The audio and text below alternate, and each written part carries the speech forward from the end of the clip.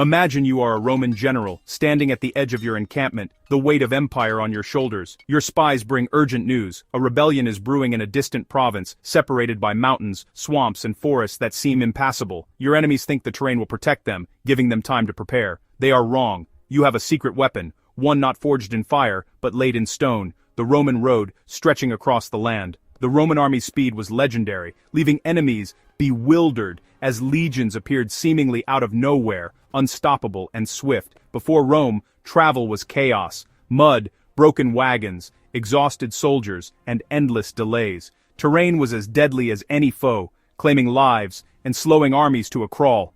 The Romans knew that to conquer the world, they had to conquer the ground beneath their feet, mastering every obstacle. They saw roads not just as paths, but as permanent arteries of power and control, binding the empire together. Their solution: build roads that would last centuries, enduring the march of armies and the weight of empire itself. These roads became legendary, engineered marvels that formed the backbone of Roman dominance and unity. The secret to their endurance: meticulous planning, relentless labor, and an engineering trick only fully understood by modern science today.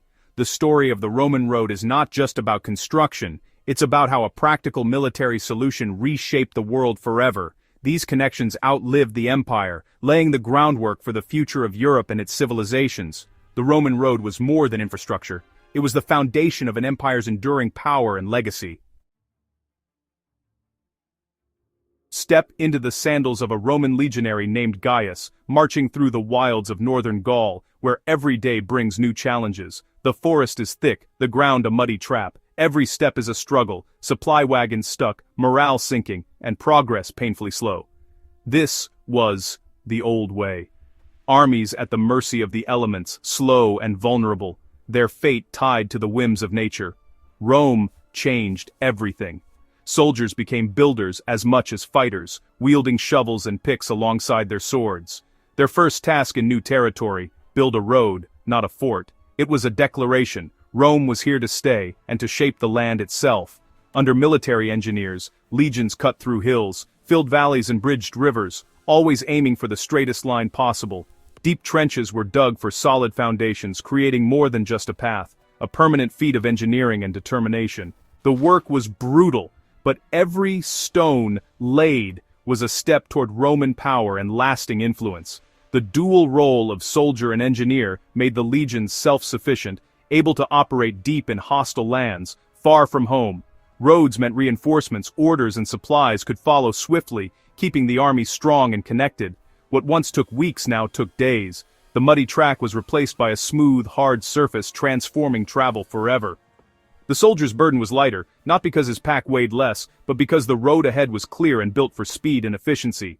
Roman roads were the sinews of empire, binding conquest to control, and connecting distant provinces to Rome's heart. The path to victory was paved, literally, by the hands of Rome's own soldiers, each stone a testament to their enduring legacy. Roman roads lasted for millennia, standing the test of time. This was thanks to a sophisticated layered construction method. It began with a deep trench, the fossa, dug down to a stable base. The first layer, statumen, was packed with large stones for drainage and stability.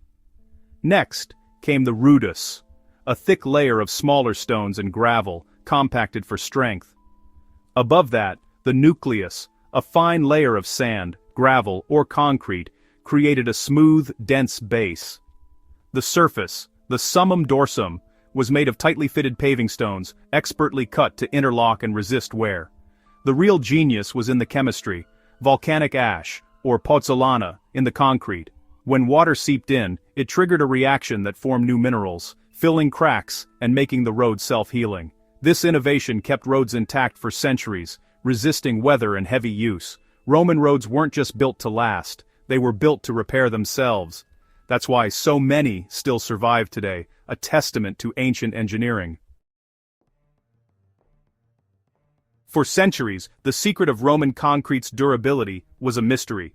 The breakthrough came in 2014, when scientists discovered the Romans' recipe: volcanic ash, lime, and seawater. This mix created a mortar that grew new crystals when exposed to water, filling cracks and strengthening over time. The very element that destroys modern concrete, water, made Roman concrete stronger. This self-healing property explained the endurance of Roman roads and harbors. Today, engineers are working to replicate this ancient technology for more sustainable, long-lasting infrastructure. The Romans' ancient innovation may shape the future of our own roads and cities.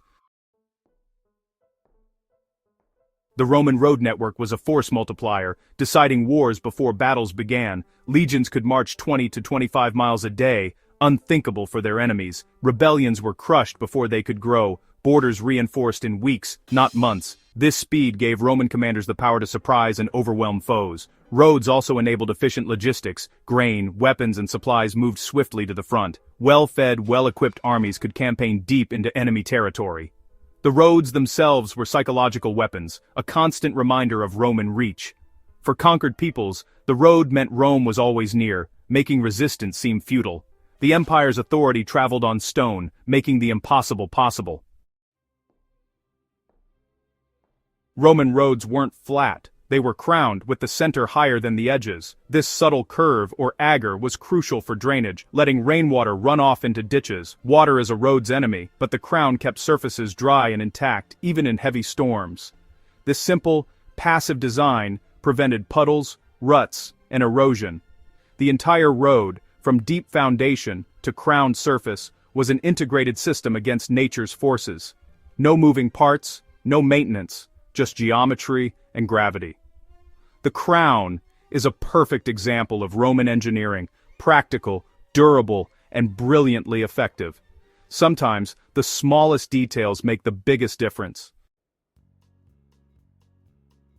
Roman roads were more than military tools, they were the empire's circulatory system. They carried legions, trade, ideas, and a shared identity across continents. Roads bound the empire, fueling economic booms and turning outposts into thriving towns. Goods, language, law, and culture flowed along these stone arteries, uniting diverse peoples.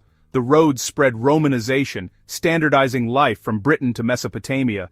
Their legacy was not just conquest, but connection, creating the conditions for peace and prosperity. The quiet permanence of Roman roads outlasted the empire itself. They were built for war but became the foundation of unity. More than any monument, the Roman road shaped the modern world.